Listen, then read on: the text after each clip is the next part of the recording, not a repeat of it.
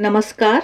Ramakrishna Sharda mission, जिनका मुख्यालय दक्षिणेश्वर कोलकाता में स्थित है, उसकी एक शाखा नैनीताल के सुदूर अंचल पंगोट नामक ग्राम में विगत 20 वर्षों से भी अधिक समय से कार्यरत हैं।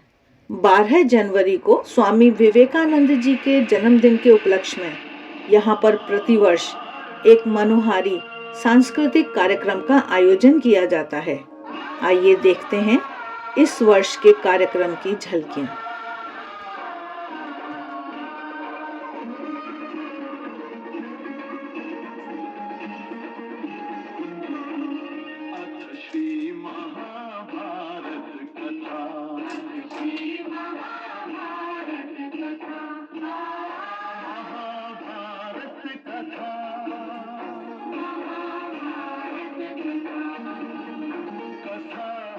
पुरुषार्थ की ये स्वार्थ की परमार्थ की सारथी जिसके बने श्री कृष्ण भारत पाथ की शब्द दिग्घोषित हुआ जब सत्य सार्थक सर्व था शब्द दिग्घोषित हुआ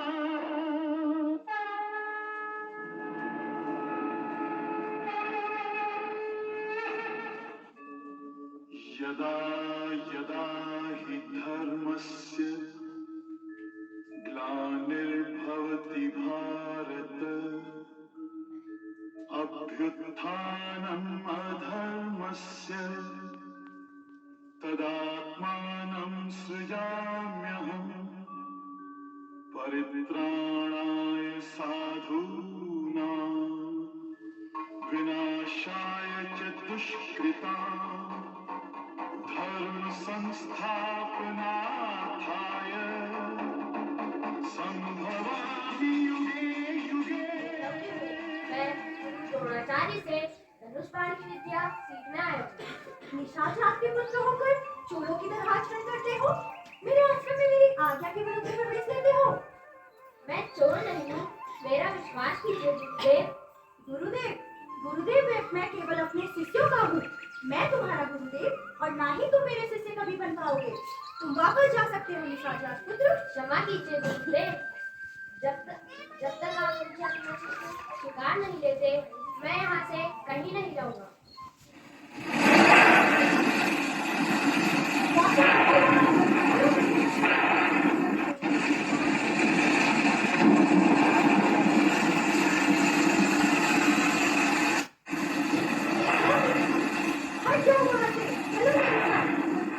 तुम जैसी गुरु भक्ति और सब ना कभी देखा ना कभी सुना। तुम जैसे शिष्य को पाकर कोई भी गुरु स्वयं को श्रेष्ठ व सम्मानित पाएगा। परंतु मेरा ये दुर्भाग्य है, मैं तुम्हें अपना शिष्य नहीं बना सकता। मैंने हस्तिनापुर नरेश को वचन दिया है कि मैं केवल राजकुमारों को ही शिक्षा दे सकता हूँ। नहीं गुरुदेव, ऐसा मत कहिए। तुम्हारे ऊपर तो माँ सरस्वती का आशीर्वाद है। तुम स्वयं ही अपना लक्ष्य पालोगे। तुम्हें किसी द्रोणाचार्य की जरूरत नहीं है। Love you. ध्यान से देखो, ना ही कुंतल से खून बह रहा है, ना ही उसे चोट लगी है। बस किसी ने अपने बालों से उसका भौंकना बंद करवा दिया। हाँ वही, ये किस तरह की धनुष है? परंतु इस जंगल में और कौन है हमारे अलावा जिसके पास धनुष बाण है? अद्भुत, अविश्वसनीय, अति सुंदर। अर्जुन, जो विद्या मैंने तुम्हें अभी तक सिखाई नहीं, उसका इतना अद्भुत इस्तेमाल। बिना खून की एक बूंद बहाए, बिना चोट पहुंचाए, पूरा विश्व तुम्हें एक दिन एक महान धनुर्धर के रूप में याद रखेगा। क्षमा चाहता हूँ गुरुदेव, परंतु ये बात अर्जुन भैया की नहीं थे। हम भी यही सोच रहे थे, क्या मेरे बाप चलवाए किससे? अर्जुन ने नहीं चलाए तो फिर किसने चलाए? कौन है इसका महान धनुर्धर? अर्जुन से भी बेहतर कौन है? अभी पता चल जाएगा गुरुदेव। नटकुल, अपने इस कुंतल से कहो कि यहाँ से बाहर लेकर आए, हमें वहाँ लेकर चले। चलो कुंतल। चलो कुंतल।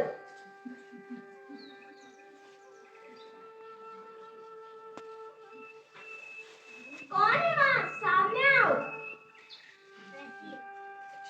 एकलव्य, तुम अब तक यहीं हो, वापस नहीं गए? मैं उस दिन से यहीं हूँ, जिस दिन से गुरुदेव ने मुझे अपना शिष्य स्वीकारने से इनकार कर दिया था।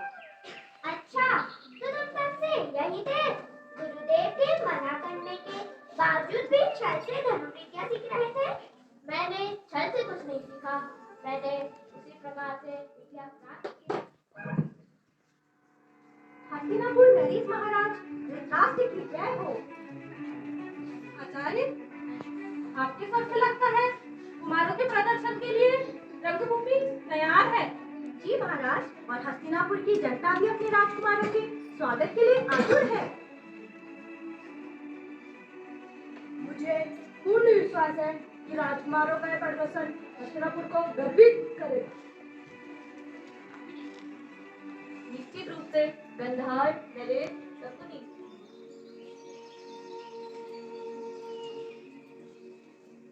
यहाँ से कुछ दूरी पर वृक्षों का झुंड है, वहाँ बगुले भी उड़ रहे हैं, वहाँ जरूर कोई पानी का स्रोत है। अनुज नकुल, तनिक जाकर थोड़ा सा जल ले आओ। जो आ गया भ्राताश्री। अनुजो, पांचाली, चलो हम भी कोई एक अच्छा स्थान देखकर विश्राम करते हैं। हाँ, यहाँ पर एक पानी का स्रोत है। हेलो, जल पीने से पहले मेरे प्रश्नों के उत्तर दो। पी लिया तो क्या करोगे? पीकर देखो।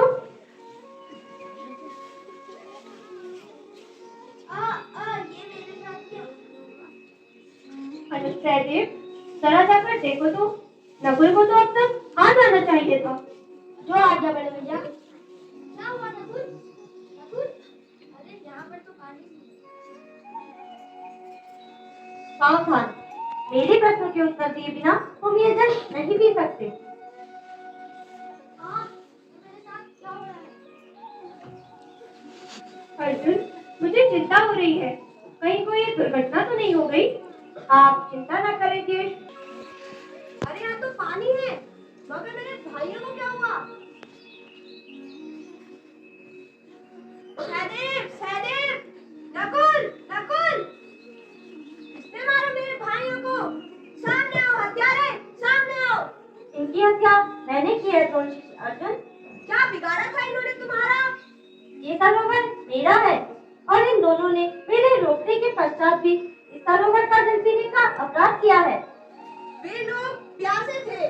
प्यासे होने का अर्थ ये नहीं कि तुम दूसरे के जल छीन लेने के अधिकारी हो गए।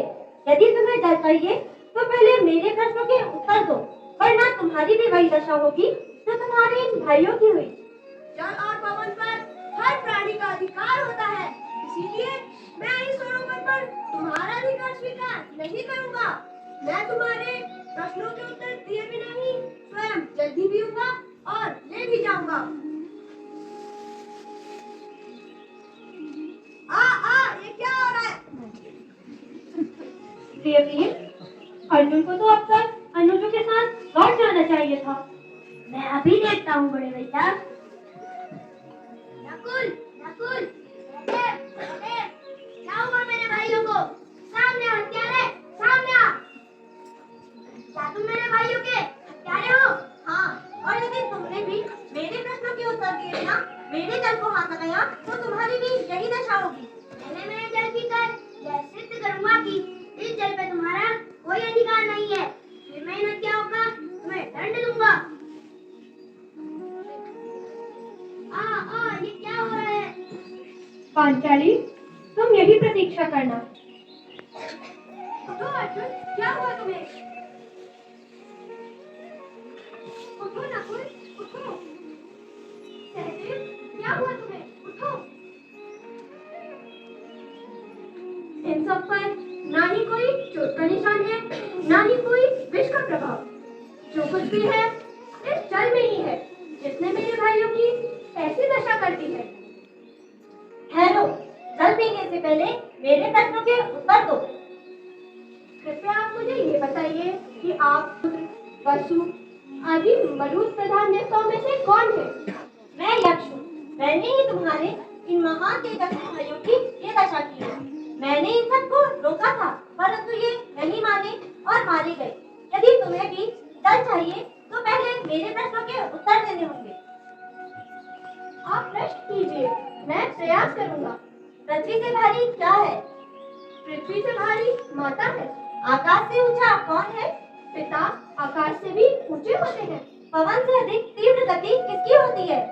मन की गति पवन से भी तीव्र होती है। संख्या में तिनकों से अधिक क्या है? चिंता तिनकों से भी अधिक होती है। मृत्यु के समीप पुरुष का मित्र कौन है? दान मृत्यु के समीप पुरुष का मित्र होता है। धर्म, यश, स्वर्ग अथवा सुख का मुख्य स्थान क्या है? धर्म का मुख्य स्थान दक्षता है। यश का मुख्य स्थान दान है। स्वर्ग का मुख्य स्थान सत्य है और सुख का मुख्य स्थान शील है। मनुष्य की आत्मा क्या है? मनुष्य की आत्मा पुत्र है। जगत को किस वस्तु ने ढक रखा है? अज्ञानता ने जगत को ढक रखा है। आलस्य क्या है? धर्म ना करना आलस्य है। सुखी कौन है? जो ऋणी नहीं वो सुखी है। सच्चा स्नान है जो भिक्षा कर रही होगी।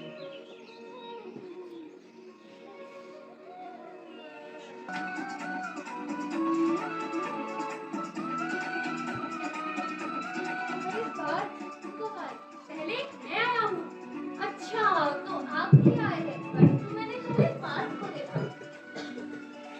नहीं केशव, ये मुझसे पहले क्या आए हुए हैं? इन्हीं से पूछ लेता हूँ द्वारिका आने का कष्ट कैसे किया। ये सूचना तो आपको मिल ही गई होगी कि हमारा और पांडवों का युद्ध निश्चित है। आपको मेरी सहायता करनी होगी। ऐसा क्यों? ऐसा इसलिए क्योंकि अर्जुन की ही तरह मैं भी आपका मित्र हूँ और हम दोनों के संबंध आपसे एक ही से है। हाँ ये तो है। और फिर इसलिए क्योंकि पहले मैं आया हूँ। हाँ ये भी ठीक है। पहले तो आप ही आए हैं, परंतु मैंने पार्थ को देखा, इसलिए मुझे आप दोनों की सहायता करनी पड़ेगी। किंतु आप हम दोनों की तरफ से कैसे युद्ध कर सकते हैं? युद्ध की तो मैंने बात ही नहीं की कांता।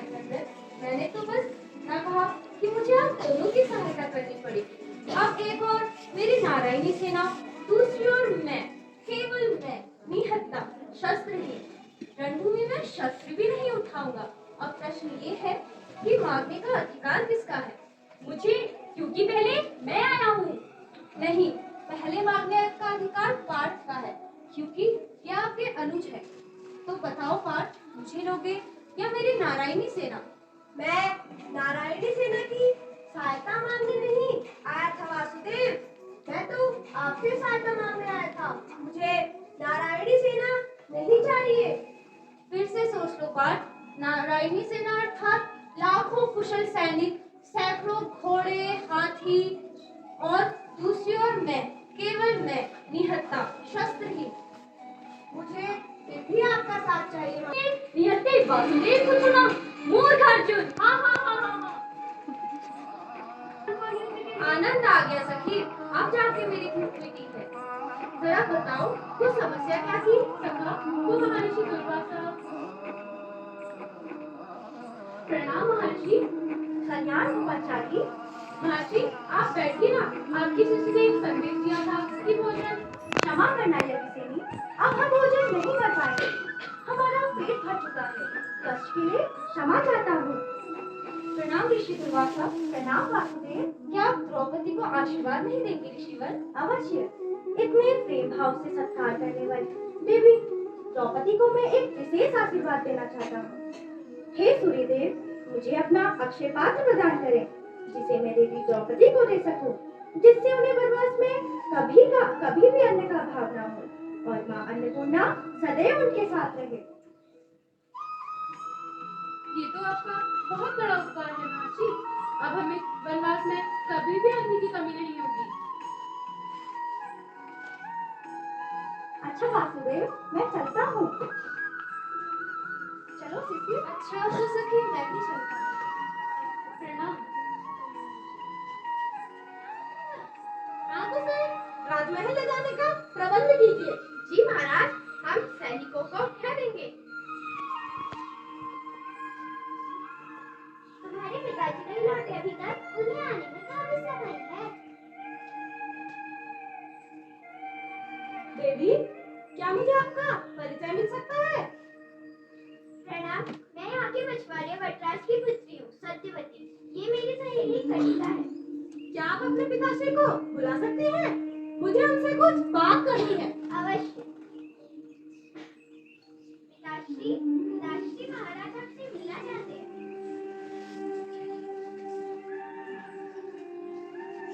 प्रणाम वटराज, मैं हस्तिनापुर नरेश शांतनु हूँ। महाराज, आपको कौन नहीं जानता? आप मेरी कुटिया बता रहे हैं। ये तो मेरा बहुत बड़ा सौभाग्य है। मैं आपकी क्या सेवा कर सकता हूँ? मेरे पास ऐसा कुछ है ही नहीं जो मैं आपको दे सकता हूँ। आप तो अत्यंत भाग्यशाली है वटराज। आपको कन्या रत्न मिली है।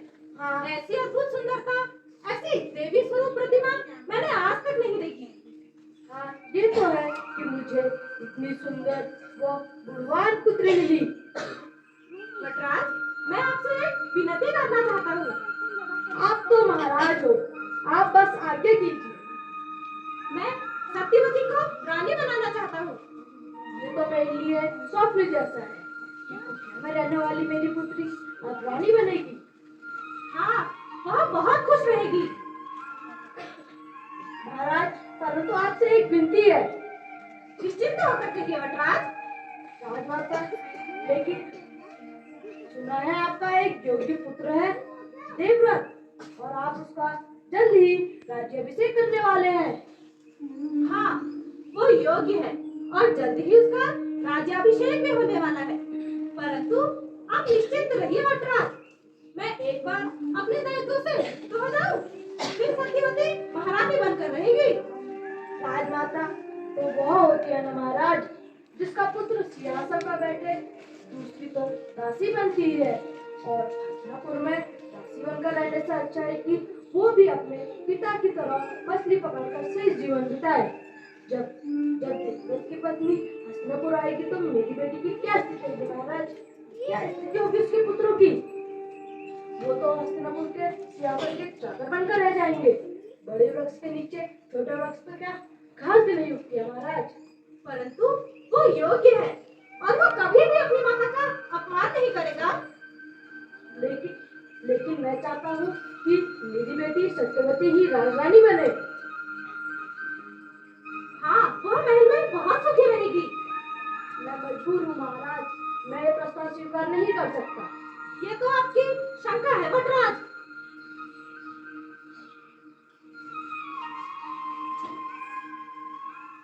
आशा है आपको यह प्रस्तुति अच्छी लगी है। वीडियो अच्छे लगते हैं तो लाइक का बटन ज़रूर दबाएं, कमेंट बॉक्स में कमेंट करके बताएं। मिलते हैं फिर, तब तक देखते रहिए देवाक्षर। आप सभी का बहुत बहुत धन्यवाद।